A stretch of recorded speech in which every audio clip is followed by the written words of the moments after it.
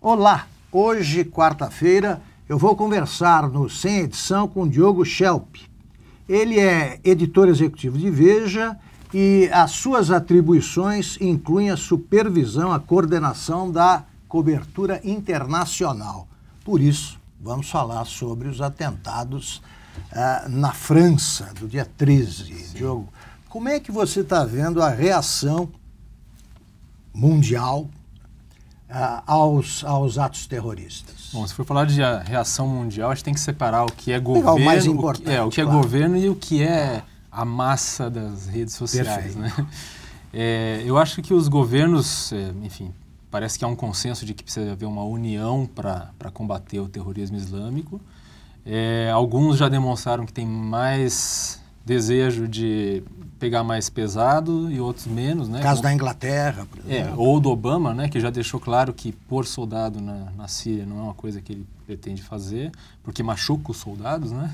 Claro, né? Você manda um drone. Só soldados, né? Manda um drone. Mas o interessante é a reação da França mesmo, né? O governo francês teve a reação que se esperava até agora, ou seja, o governo já anunciou que pretende fazer mudanças na lei para tornar mais fácil a punição de pessoas com cidadania francesa que vão ao exterior treinar em grupos terroristas e que depois retornam.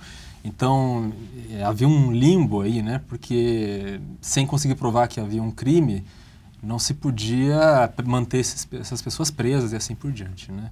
Então, isso já garante aí que não aconteça como é o caso da pessoa que é apontada como a responsável por planejar esse atentado, que tem cidadania belga e que voltou da Síria depois de treinar no Estado Islâmico e permaneceu lá meses na Bélgica, livre e tal, fazendo contatos e planejando, até que a polícia descobriu que ele tinha intenções ruins e ele fugiu para a Síria de novo. Interessante isso, porque eu não sabia, confesso, que a Bélgica abrigava tantas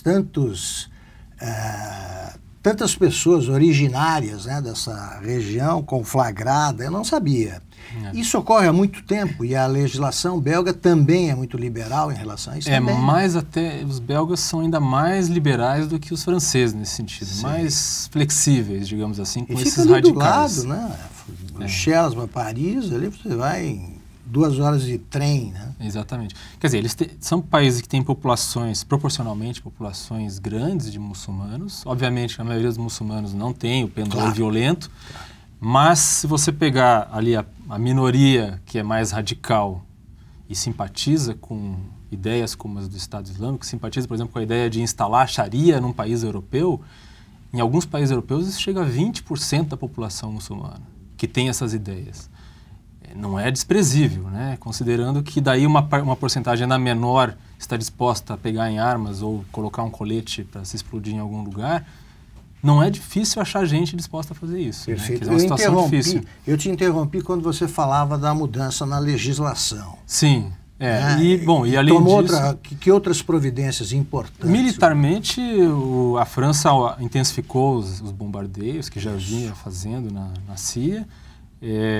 E agora a questão é ver se eles não vão avançar nessa área, porque só os bombardeios não são suficientes para destruir a base do Estado Islâmico. Isso é que eu queria te perguntar. Eles têm, o Estado Islâmico tem território, né, controlam território, tem petróleo, explora, tem dinheiro, portanto. Não é essencial um ataque por terra, se você quiser destruir uma organização dessa? Inclusive porque você não pode fazer terra arrasada, porque eles ocupam cidades onde há muitos civis e tal. Você não pode fazer a terra arrasada numa cidade de 100 mil habitantes, coisa do tipo, né? Então, de fato, os bombardeios ajudam e tudo mais, e ajudam a impedir que eles avancem. Isso, avancem no território, conquistem mais território, mas para eliminar esse porto seguro que eles têm nesses territórios da Síria e do Iraque, que é do tamanho da Grã-Bretanha, você precisa colocar soldados lá. Agora, há várias opções. Você pode mandar seus próprios soldados, o que obviamente politicamente teria um impacto doméstico nos Estados Unidos e na Europa muito grande, ou você pode atuar com grupos locais. Há a opção de atuar com xiitas, por exemplo, porque o Irã, por exemplo, já luta contra o Estado Islâmico na Síria, mas é difícil, porque aí já... Teria que montar um exército. Não, e você cria um problema ali, porque você cria a situação do Ocidente se unindo aos xiitas para lutar contra os sunitas. Isso, em termos de propaganda, é terrível, né? Aliás, você me dizia, Diogo, há pouco antes a gente conversava sobre isso, você me falava sobre os objetivos de um ataque terrorista como este. Gostaria que você retomasse o assunto aqui. Quais foram? O que eles queriam? Os terroristas. Eu acho assim que... Propaganda, né, que você dizia.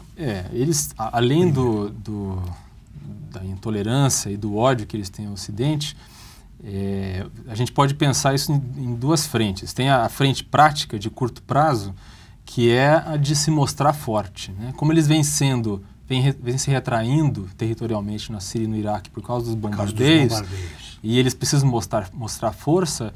Uma forma de fazer isso é atacando no coração do Ocidente. Porque eles não tinham ainda feito. Né? Eles haviam feito no caso do Charlie Hebdo, do jornal Charlie Hebdo, no início do ano, na França, mas esses dois episódios são os únicos episódios de ataques organizados pelo Estado Islâmico diretamente fora do mundo árabe. Perfeito. No caso do Charlie Hebdo, até eles tinham um pretexto.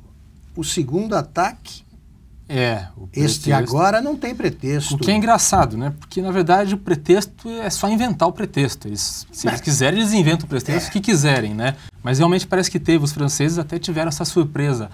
Mas no caso do jornal, o jornal atacava a religião muçulmana e tal.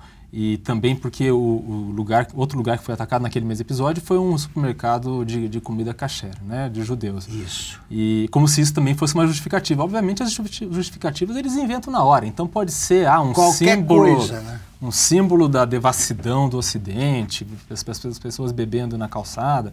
Qualquer coisa pode servir. Na verdade o objetivo mesmo é espalhar o terror, atemorizar e chamar a atenção para novos recrutas que vão achar, nossa, eles fazem coisas que eu acho bacana. Como aquilo que eu te falei, tem em alguns países 20% da população muçulmana que apoia as ideias desse grupo. Né? Perfeito. Por que a população muçulmana que supostamente se opõe ao terrorismo, por que eles não se manifestam? É por medo? Eles se manifestam, obviamente, se vê isso nas redes sociais e tal. Os imãs chamados moderados do Ocidente sempre dão entrevistas, um deles, inclusive, está ameaçado de morte e tal, em Paris. Mas existe o medo, porque, principalmente para os muçulmanos que vivem fora do Ocidente, que vivem no mundo árabe, no norte da África, assim por diante, eles têm medo, porque, obviamente, tem uma parte grande da população, quer dizer, é uma minoria, mas é uma minoria grande, que apoia e que é radical. Então, existe o medo para subir milhares de pessoas para as ruas para protestar contra uma coisa dessas ou para demonstrar solidariedade. Eles têm medo de serem, atacados, por outros conterrâneos deles que têm essas ideias mais radicais. Perfeito. Nós conversávamos também que eu prometi que eu não queria conversar com um adivinho, não dá.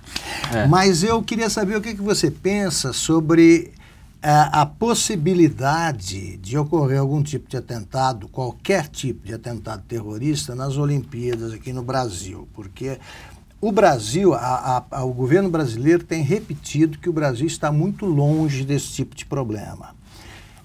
A Olimpíada é diferente da Copa do Mundo, até outra coisa. E já tivemos incidentes graves, atentados gravíssimos ligados aos Jogos Olímpicos.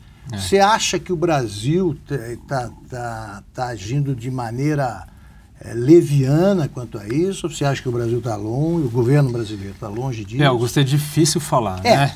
Se é a tua opinião. Realmente, eventos esportivos desse porte e tal sempre são um alvo possível. O Brasil está distante mesmo, mas não está imune, né? A Polícia Federal recentemente até anunciou que havia identificado que havia havido a tentativa de recrutar brasileiros pela internet para o Estado Islâmico. Então, enfim, essas coisas não são impossíveis. Mas, enfim, se pode acontecer ou não, é difícil saber. Pelo seguinte, você terá alvos vários se deslocando para o Brasil, sim, como aconteceu em Munique. Quer dizer, o alvo era a delegação israelense.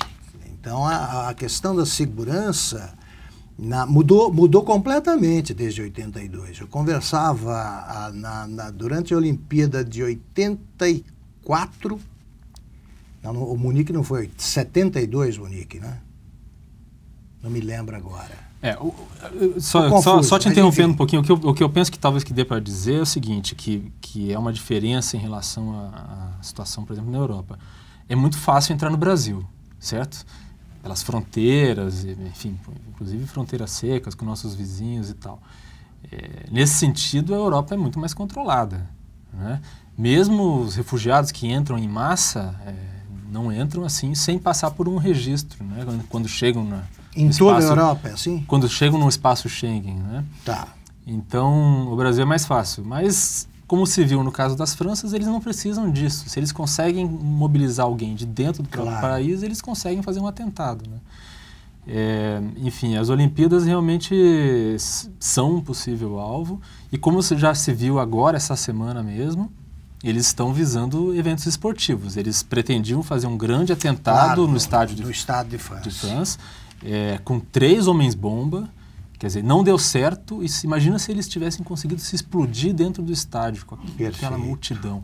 E agora, na Alemanha, novamente, em Hannover, eles tiveram que cancelar um jogo por causa de uma ameaça muito séria de bomba. Ameaça de bomba. Eles encontraram um artefato. Eu estava tentando lembrar, quer dizer, Munique, antes de Munique, me contava o Bebeto de Freitas, que era técnico da seleção de vôlei, que ganhou a medalha de prata em Los Angeles em 84. Ele disse que era completamente diferente a vida na Vila Olímpica, aberto, e era uma festa, né? Os caras das delegações se visitavam. Tal. Depois de Munique, ficou evidente que a Alemanha nunca tinha pensado que isso podia acontecer. Sim. E aconteceu, lá pela primeira vez. Agora nós estamos vendo avanços, né, que pioram tudo na metodologia terrorista, como, por exemplo, a derrubada do avião da Rússia. Da Rússia, né? sim. Com aquela bomba que foi divulgada hoje. Se foi aquilo mesmo, né? Pequenininho, foi aquilo mesmo.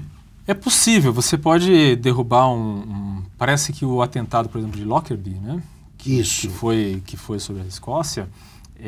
Esse atentado... Atribuído à Líbia, né? Exatamente, foi um líbio que cometeu.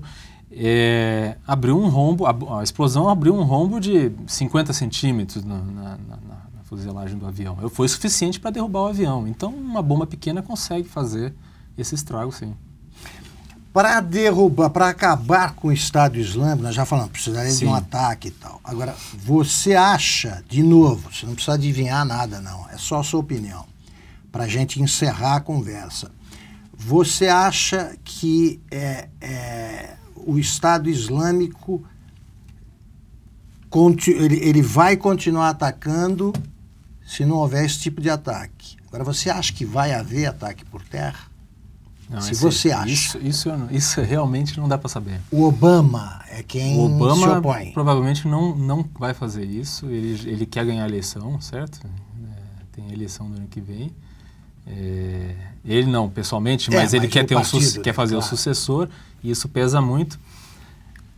A França está dando sinais de que pode... Não acredito que a França vai entrar sozinha e fazer nada disso, mas talvez pressionar mais para algo mais consistente. Porque, afinal das contas, a França foi a que foi atacada 2 vezes no mesmo ano, né? Eles vão ter que se unir com a Rússia nesse ponto e conseguir uma saída. Provavelmente convencendo, por exemplo, tribos sunitas do Iraque a lutar contra... e fornecendo armas, então, e inclusive também para os curdos, que já combatem o Estado Islâmico de maneira muito eficiente, mas que vão precisar de muito mais treinamento, muito mais armas. Essa é uma maneira de fazer a coisa.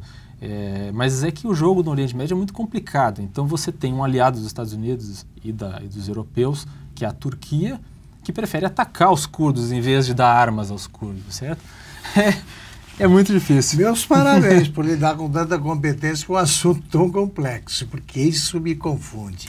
Certo. Diogo Schelp, muito obrigado pela conversa e voltaremos a falar disso. Espero que não tenhamos de falar tão cedo de outros atentados. É verdade, é isso mesmo. Termina aqui mais um Sem Edição. A programação de TV já não para.